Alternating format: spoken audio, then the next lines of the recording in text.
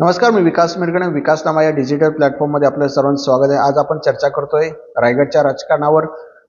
रायगडचे पालकमंत्री भरत गोगावले यांना जाणं हे जवळपास निश्चित झालेलं दिसून येत आहे. या क्षणाला अजून 2-4 दिवस बाकी आहेत, परंतु राष्ट्रवादी काँग्रेसकडून किंवा असा एक फॉर्म्युला आणण्याचा प्रयत्न करतायत. 2.5 वर्ष आदिती तटकरेंना 2.5 वर्ष भरत गोगावलेंना द्या, असा एक फॉर्म्युला जो आहे तो चर्चेला येताना दिसून येत आहे. त्यामुळे आदिती तटकरेंना 2.5 वर्षाचं पालकमंत्रीपद करायचं, पुन्हा भरत गोगावलेंना 2.5 वर्ष करायचं, अशा ह्या दृष्टीने सध्या हालचाली होताना दिसून येते. त्यामुळे रायगडच्या पालकमंत्री पदावर अजून काही तिढा सुटताना होत नाही. त्यामुळे भरत गोगावलेंना पहिल्या टप्प्यामध्ये जे आहे ते पालकमंत्री पद देण्याचा विचार जे आहे सुरू करण्यात आलाय, किंवा दुसरा एक फॉर्म्युला आहे की भरत गोगावले नको, आदिती तटकरे नको, मग दुसराच एक कुणाचा तर भाजपचा तिथे पालकमंत्री करण्याचा विचार सुरू आहे. मात्र कोकणातला नाही, कारण नितेश राणेंना सिंधुदुर्ग देण्यात आले, उदय सामंत सुद्धा रत्नागिरीमध्ये असणार आहेत.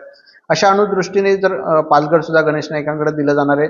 त्या अनुषंगाने जर आपण चर्चा केली तर रायगडच्या पालकमंत्री पदाचा तिढा काही सुटताना दिसून येत नाही. त्यामुळे या दोघांच्या भांडणात भाजपचा पालकमंत्री आणायचा याच्यावर सुद्धा भाजपामध्ये मंथन देवेंद्र फडणवीस करताना दिसून येत आहे. कारण या दोघांची भांडणं आहेत, परत भांडणं होणार, त्यापेक्षा भाजपचा पालकमंत्री देऊया असा सूर कुठेतरी भाजपामध्ये किंवा देवेंद्र फडणवीसांकडे उमटताना दिसून येताना. त्यामुळे 2.5 वर्षाचा फॉर्म्युला वापरायचा का, भाजपचा पालकमंत्री आणायचा का, याच अनुषंगाने भाजपामध्ये आणि ज्या महायुतीच्या बैठका आहेत त्यामध्ये सुरू होताना दिसून येत आहे.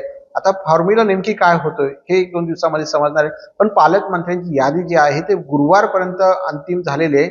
त्यामुळे भरत गोगावलेंना पालकमंत्री पदाची संधी मिळण्याची शक्यता व्यक्त केली जाते. मात्र फॉर्म्युला काय असणार हे पाहणं खूप महत्त्वाचं ठरणार आहे. धन्यवाद.